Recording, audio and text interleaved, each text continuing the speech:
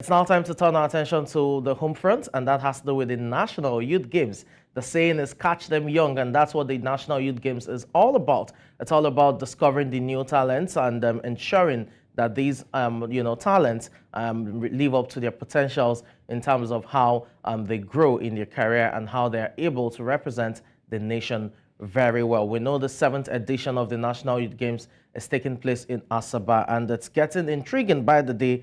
Host nation, or host states rather, Delta are leading after day 3. At the end of the events from yesterday's sessions, you had Delta leading at the end of Monday, right there in terms of the medals table. We know quite well that Demilade Akanbi of Lagos State did emerge the winner of the 50 meters girls backstroke category of a swimming event. You also had Destiny Adwaye winning for Team Delta their first gold in swimming, clocking an impressive time as well to beat Team Lagos and Team Bayelsa to 2nd and 3rd respectively in the 200 meters girls medley. So it's all about Team Lagos and Team Delta. I'm talking about the two teams that are really going head to head, although Team Delta are leading the table at this point in time, and you can reckon with Team Delta having won all the previous editions of the National Youth Games to continue that winning streak. Earlier this morning, you had 2 gold medals added from the boys and girls rugby finals that took place this morning. Team Delta won both events as well. So it's all about Team Delta at this point in time. Now, joining me to discuss this and more on the show is the sports analyst, Kayode Ojo, who is here with me in the studio. Kayode, good morning. It's good to have you in the studio. Good morning, Samson. It's good to be here. Good morning, viewers. Thank you for joining us. Okay, let's look at it. Day 3 events. What's your assessment of the National Youth Games in terms of the quality of talents we've seen on display from various sports? How can you rate these youngsters? It has been a very wonderful event so far, where, of course, it's an opportunity for us to announce all those youths, young talent from all over the country. And since the inception in 2013, under the Goodluck Ebele Jonathan administration, it has always been a game where we always discover talent from all the games that they have been participating in. And this year edition has not been an exemption. And kudos to the Delta who has been hosting it, though there are a lot of issues with their facilities there, but at least for now we have been seeing what has been a wonderful game so far. Okay, we'll definitely touch on the controversy and the issue of facilities, accommodation, and welfare of the athletes. Let's still look at the games first before we delve to off-field issues. We've seen in golf, we've seen swimming, we've seen these youngsters really live up to expectations and probably even surpassing them. Does this give some sort of insight into what the future holds when it comes to Nigerian sports? Because these athletes are showing so much grace and so much potentials in terms of greatness at this point in time. If they're able to get the right supervision and career growth, we'll probably see them represent Nigeria in 5-6 years from now. How impressed are you from what you've seen thus far about not just these talents, but the potentials they have in terms of representing Nigeria in the future? You've actually made a very solid point there. We are seeing talent. Of course, we'll always be seeing talent, but the follow-up is what really matters in all of this talent, in all of this talent discovery. They have been all the young lads have been wonderful so far in the games, but how are we going to leverage on this talent for us to actually be able to get the likes of Victor Osimhen of today, the likes of Aruna Kodri of today, and the likes of Toby Amuson of that we are experiencing today? These people, they started somewhere. They started with the passion, and they were able to get the connecting factor that actually exposed them to the stardom. And that's what we expect, not just the states actually targeting on winning the medals that are available, but actually having a futuristic plan, a long-term plans for these athletes on how they can actually make a name for themselves and also make Nigeria proud in the nearest future.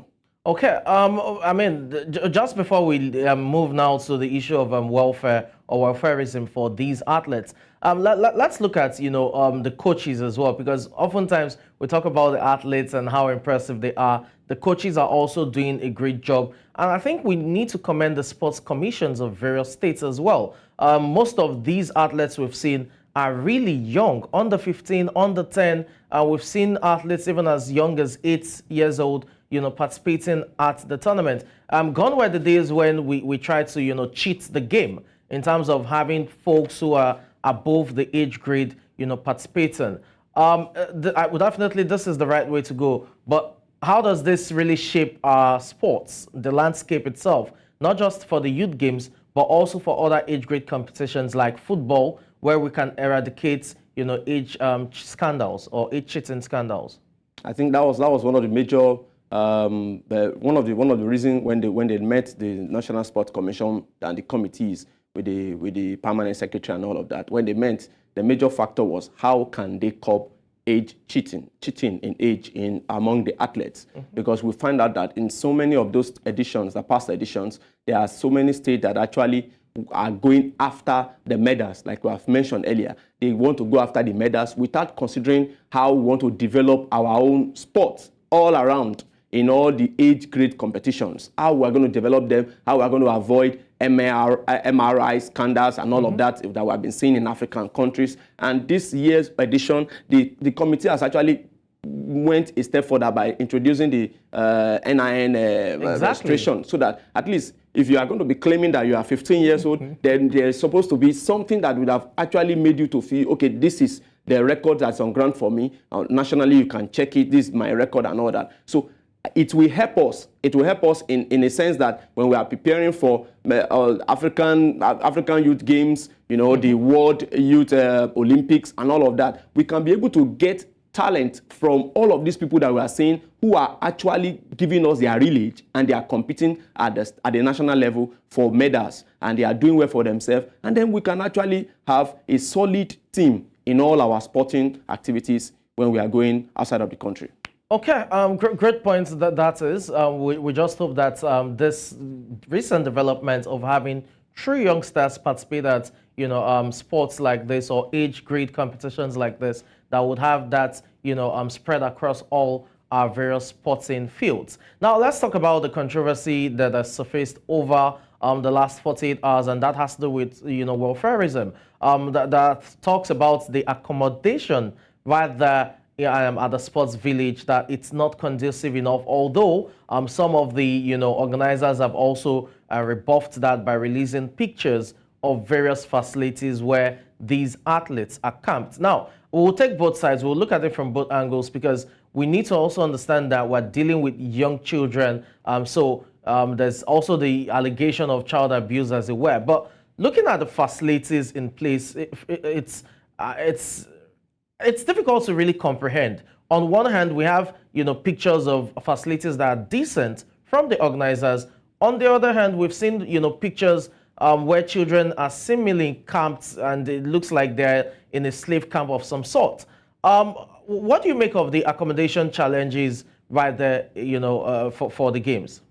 I think if we are going to look at it from the athletes' point of view, them expressing themselves about the poor facilities that's on ground, and then the state sport commission of Delta State trying to come out to debunk the claim. I think the media team the media personalities that are involved in these youth games can also go after all of these athletes, give them the interview, go there, see what's on ground. Because in our country of today, we are having situations where there are high level of mismanagement and corruption at the detriment of the excitement and the entertainment we're supposed to get from this competition. So, for instance, if you look at the story of Ekiti State, where there were, if not, it was a national coverage that actually covered it, and everything was actually to the full glare of the television, there would have been some debunks from the Ekiti State Sports Commission saying, oh, this thing is not like this, but it was obvious. So the athletes cannot be complaining when there is no issue.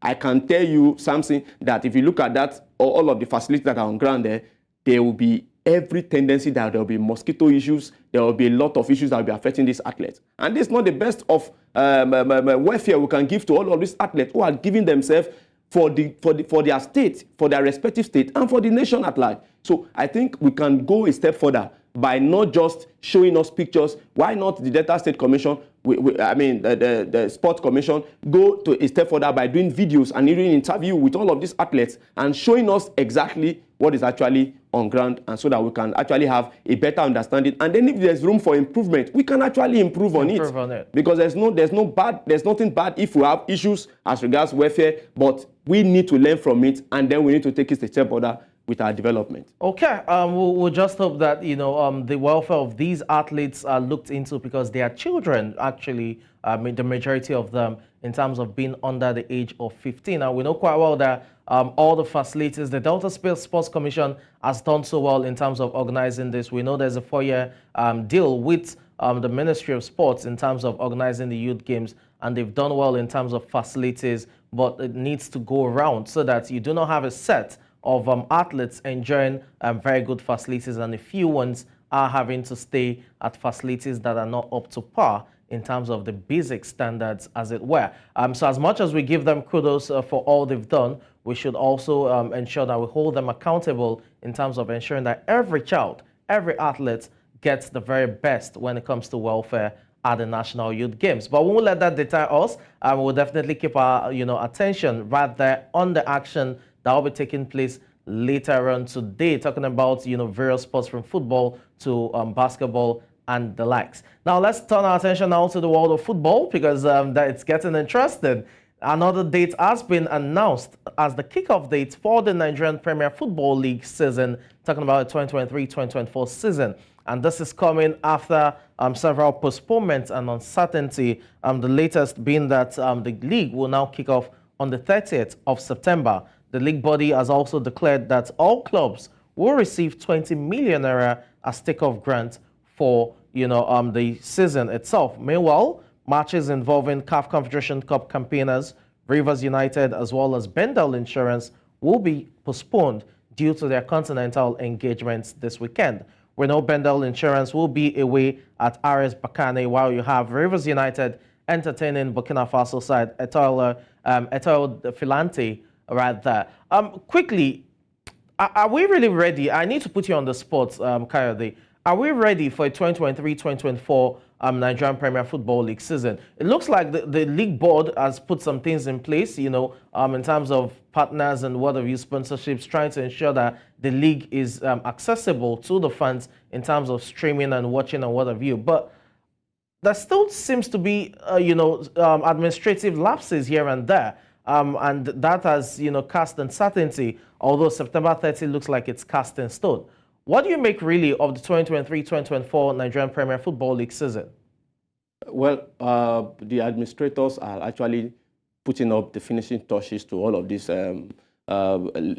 experience that they had in the past season, where we have issues with officiating, and then we have issues with a lot of issues with all of these sports, all of these football clubs and all of that. So, in order for us to avoid all of these issues going forward, it's the best that they also actually give a time that will be okay to accommodate, and they will make the preparation to be set. And it's good to know that the prize money has actually been increased, because these are the things that actually generate interest for sponsorship for the football club to be able to reinvest all of this money into their team and into their facilities. Because one of the major challenges we have in the Nigerian Football League is the maintenance of the sporting facilities that we have, the football pitch that we have. And I feel that going for that prize money will be able to, do a lot of development in any football club that will be the winner at the end of the season.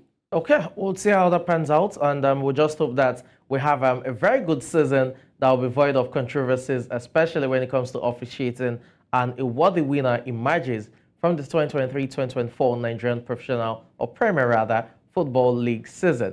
Now let's turn our attention quickly to the continent, and that has to do with the African Cup of Nations. We know Wednesday is the D-Day for CAF to announce hosts for the 2025, 2027, and 2029 editions of the tournament. But the big news that broke forth yesterday was that Algeria had withdrawn its candidacy for the hosting rights to that of 2025 and 2027, although there are reports that CAF has also rejected that withdrawal. A bit of uncertainty right there. But quickly, Kayode, in about 30 seconds, what do you make of Algeria's withdrawal?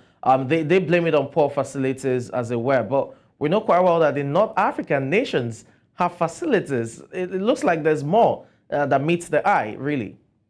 Of course, many of these things won't be displayed in the forefront of the media, but it's something that probably there's an issue within the the administration of the Algerian football administration. So, but I feel Morocco should be very ready to take the hosting right of this of the 2025 African Cup of Nations. And considering that the past of 3 or 4 of them now has never gone to the North African nation, so I expect that Morocco should be ready, and they should get the best of the best of facilities for Africa.